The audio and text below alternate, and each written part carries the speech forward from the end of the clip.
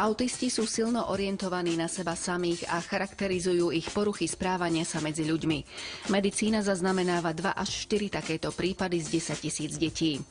Aj keď samotný výraz autizmus začali odborníci používať na začiatku 20. storočia, dlho ním označovali istú formu schizofrénie. Ako na samostatnej diagnóze sa na ňom zhodli v 80. rokoch minulého storočia. Väčšina z nás získala predstavu o živote s dospelým autistom po filme Rayman s Dustinom Hoffmanom. No prvé príznaky ochorenia sa začínajú prejavovať vo veľmi útlom detstve už pred 3. rokom. Dieťa nežvatle, nereaguje na hlas rodiča ani na svoje meno. Asi polovica detí postihnutých autizmom si nikdy neosvojí funkčný jazyk.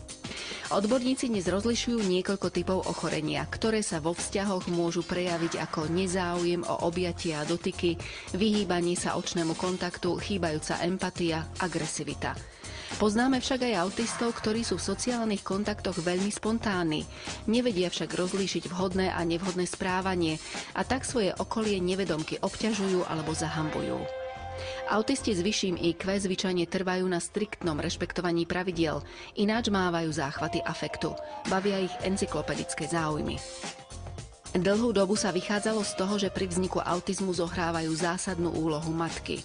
K nezávidenia hodnej rodinej situácii im tak na plecia naložili navyše pocity viny. Dnes sa odborníci zhodujú v tom, že osobitosti rodičovského správania sú následkom, nie príčinou poruchy dieťaťa. Veda odhaľuje stále nové postupy, ako pomôcť autistom aj ich rodinám. Ako účinná sa ukazuje aj terapia s krotenými delfínmi. Metóda nie je vedecky podložená. Odborníci však potvrdzujú, že ako súčasť liečebného plánu prináša veľmi dobré výsledky. Myslím, že ako vstup k tejto téme by to teda ako informácia mohlo stačiť. A teraz si predstavíme samotné Drahuškovo. Áno, Drahuškovo je komunitné centrum, ktoré už o chvíľku sa dozvieme, ako dlho funguje, ale privítame ľudí, ktorí ho pomáhali budovať, ktorí tam pracujú a ktorí tam žijú. Takže... To je pán Kubovič, ktorý je riaditeľom a vlastne spoluzakladateľom toho samotného centra. Áno? Áno, potom tu máme Drahoslavu Hlinovú. Vítame. Drahoslava Drahuškovo? Z toho je to vlastne? Môžeme to tak dedukovať. Môžeme to tak. Potom je tu Bohuš Cucor, to je asistent, ktorý tam pomáha. No a máme tu dokonca aj 2 obyvateľov Drahuškova. Máme tu Peťa Vajkúnyho. Áno, tu som, dobrý deň. Dobrý deň, Peťo. Ahoj, krásne. vítaj. No a potom tu máme Martina Michalíka. Martin sa možno... Martin, ahoj. Ahoj. Ahoj, ahoj. No, tak sme radi, že budeme môcť predstaviť komunitné centrum, ktoré je svojím spôsobom ojedinele. Takýchto centier nie je veľa. Prečo, ako sa vám podarilo tento projekt uskutočniť? Tak ono to najskôr bola taká myšlienka dať viacej dospelým ľuďom, či už s autizmom alebo príbuznými postihnutiami. A videli sme, že je to nedostatočné, že ľudia, ktorí majú akýkoľvek druh postihnutia alebo autizmus, nedostávajú zo života ten priestor, ktorý by mali. Čiže toto bolo základným motivom.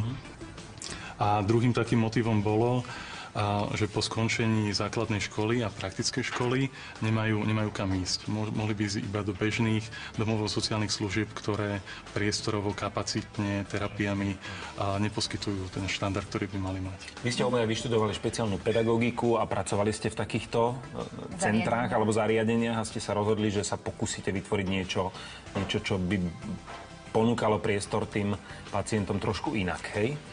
Áno, mali sme možnosť pracovať aj na Slovensku, aj v zahraničí. Mali sme možnosť navštíviť niektoré zahraničné centra, komunitné centra, prípadne farmy. A myšlienka nám bola veľmi blízka, tak na základe toho sme sa rozhodli, že naozaj toto je cesta, ktorou by sme sa chceli uberať. Niečo zmysluplné, praktické a vhodné pre tých našich kamarátov s autizmom. Takže v čom je ten najdôležitejší rozdiel oproti tým iným zariadeniam? Ten rozdiel je v tom, že tu majú šancu na reálny a zmysluplný život. Čiže nie je to o opatrovaní, strážení a krmení, ale je to v bežnom živote. Čiže nedostanú nikdy toľko, koľko máme my, bežní ľudia zo života, ale snažíme sa k tomu priblížiť. Či už sú to činnosti, alebo zmysel toho života. To naplnenie, ten pocit pohody, vnútorného naplnenia, tak ako my sa to snažíme a tu sa im snažíme pomôcť, aby vedeli zažiť rovnaké pocity, rovnaký pocit šťastia. Takže vlastne vymýšľate nejakú náplň života, nejakú činnosť, vytvárajú ľudia vo vašom komunitnom dome, áno? Toto konkrétne vlastne vytvára, alebo pomáha pri vytváraní náš Martin. Veľmi rád vyrába vtáčie budky. Túto zručnosť si priniesol už z domu. Musíte mať strašne veľa vtáčikov na záhrade potom. Ani nie, väčšinou prejavia záujem ľudia o tie vtáčie budky, takže ich posúvate ďalej. Áno. A ďalší kamarát Andy, ten ich zasa veľmi rád maluje, čiže každý si tam nájde nejakú svoju činnosť. Ale tým, že Drahoškové je umiestnené v exteriéri, čiže máme tam 5 hektárov pozemku, máme tam kone, ovce a cvičnú kuchynku, keramickú dielňu, čiže je tam široké spektrum aktivít, čiže sa strihajú stromy a potom sa odnášajú tie ostrihané konáre, alebo sa oberajú jablká, tie sa v bedničkách dávajú do pivnice.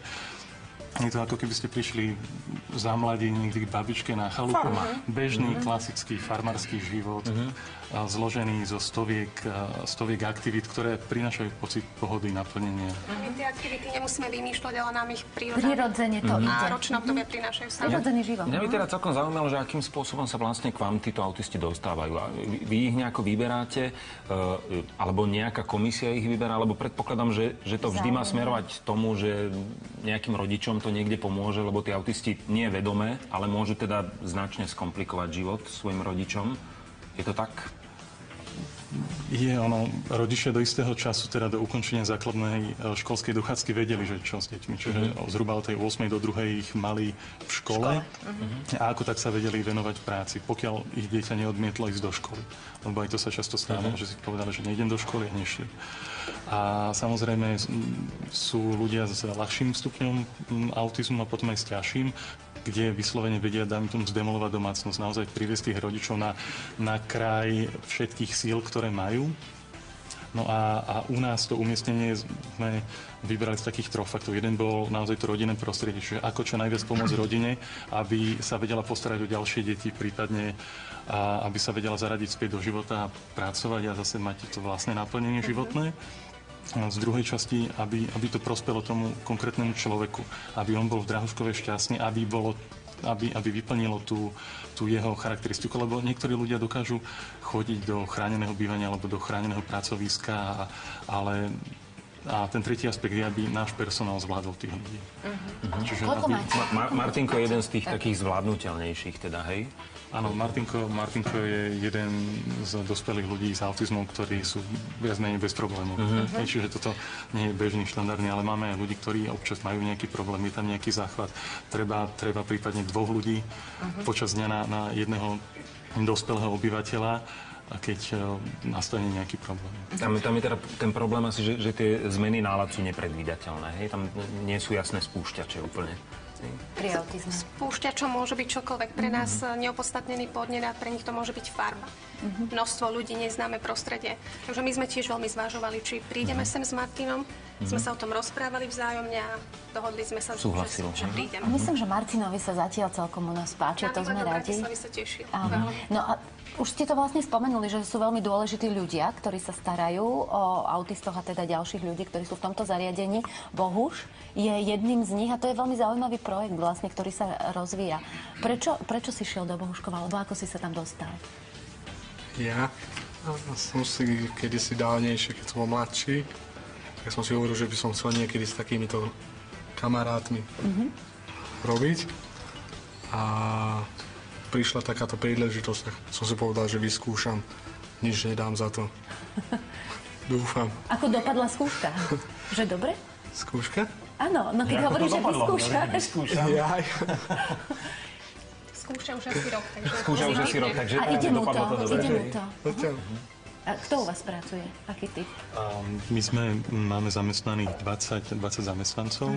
24 aj s manažmentom, ale je zložený z ľudí, ktorí sa venovali sociálnym službám profesionálne, čiže pracovali v podobných zariadeniach domovov dôchodcov a tých je 10 a potom máme 10 ľudí, mladých dospelých, ktorí vyrastali v zariadeniach náhradnej rodičovskej starostlivosti alebo v detských domovoch, pre ktorých sme toto videli ako zmysel. Čiže je to taký experiment spojiť dve skupiny dokopy, jedným ľuďom dať zmysluplný život a druhým takisto, aby dostali pracovné návyky, aby mali nejaké navýšené vzdelanie a aby sa vedeli aj sami o seba postarať a potom mali nejaký zápis v kurikulu svojom a vedeli ďalej začať svoj vlastný život. Čiže Ja pozerám sa na Peťa, myslím, že on vyzerá taký ako spokojný, že ty si našiel v Drahuškove prácu, nie? No práve čo ste pre chvíľku, čo som ozaj spomínal, že ozaj zarábam veľa peňazí, dostanem 5 eur mesačného.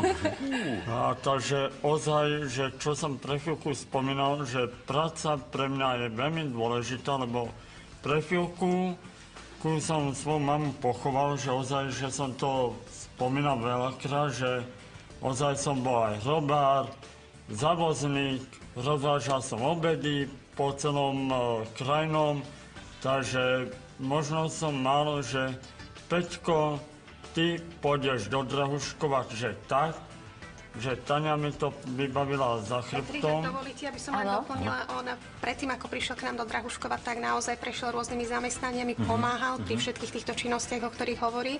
A v Drahuškove nám veľmi pomáha. A čo robí napríklad? Čo robíš, Peťo, rád? Čo ťa baví? No, ma baví televízor.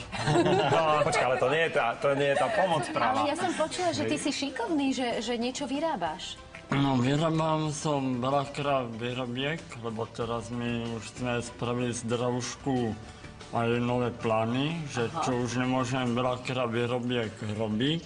Ale Katka sa pýta, čo rád robíš, akú činnosť, akú prácu. Nerobíš ty s koníkmi náhodou? No, s koňmi som mal veľa skúseností, že ozaj, že som prišiel aj v úrazu, že mi vstúpil na nohu, takže mal som dosť ťažké. Aha, treba opatrne s koňmi. No, Lebo tak musíš naozaj, pristupovať k nemu. že nie je to žiadna sranda, lebo koň môže aj zaútočiť alebo kopnúť. Aha, tak treba opatrne. Petrika, v keramickej dielni niečo sa ti darí vyrábať?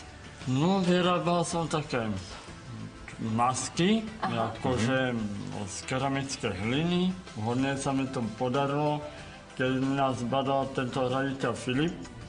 Takže on povedal, že Peťko, čo ťa zaujíma? Ja som povedal prvá vec, že keramická dielňa. A ja už som potom uvažoval, že Peťko dostane zmluvu. Nie je to pravda? áno. Však teda. Prišiel, že pán riaditeľ, ako to bude so zmluvou, a tak sme sa potom dohodli, zmluva je podpísaná. Ale čo sa mi veľmi, veľmi páčilo, keď dostal Peter prvú výplatu, tak povedal, že a teraz, pán riaditeľ, toto všetko ja venujem na Drahušku, lebo sa mi to páči, je to dobrý projekt. Tak to je pekné ocenenie roboty. To je asi najkrajšia bodka toho nášho dnešného rozprávania. Zase by sme mohli rozprávať ešte viac a dlhšie, tak sme veľmi radi, že sme vás poznali. Budeme vám držať palce. Majte sa tam dobre. Ďakujeme. Nech sa máte dobre, nech je veľa ľudí, ktorí sú ochotní pomáhať aj takýmto zariadeniam, pretože vy tú pomoc určite potrebujete, nie ste štátne zariadenie, ale ste zariadenie, ktoré žije vlastne z príspevkov však, ak sa nemýlim. Áno, žijeme v väčšej časti s príspevkou, niečo nám platí Bucka, ale je to teda samosprávny kraj, ale je to málo, čiže tam týmto smerom možno len ďakujeme všetkým našim sponzorom, dobrodincom, jednotlivým osobám, ktorí naozaj dali veľké sumy peňazí, ktorými nám pomohli prežiť a samozrejme celý ten projekt by nebolo možné postaviť bez príspevku norského finančného mechanizmu a zo štátneho rozpočtu cez úrad vlády a Európskeho hospodárskeho priestoru, odkiaľ bol financovaný celá tá výstavba toho nášho projektu. Tak vám držíme palce, aby ste sa mali naozaj dobre, aby ste to tam ďalej budovalo. A ďakujeme pekne. Výlet do Bratislavy, myslím si, že je fajn. Takže v Bratislave je to fajn, lebo ja som sa tu aj v Bratislave narodil, že ja to tu už ozaj poznám, lebo otec tu aj pracoval v Bratislave, lebo my sa tu ešte tedy bývali. To sa ty, Peťko, tak tie cesty uzatvárajú. Že ty sa tu vracia, špirále a zasa. Tak užite si ešte ten dnešný výlet, ešte niekde pekne večer zajdite.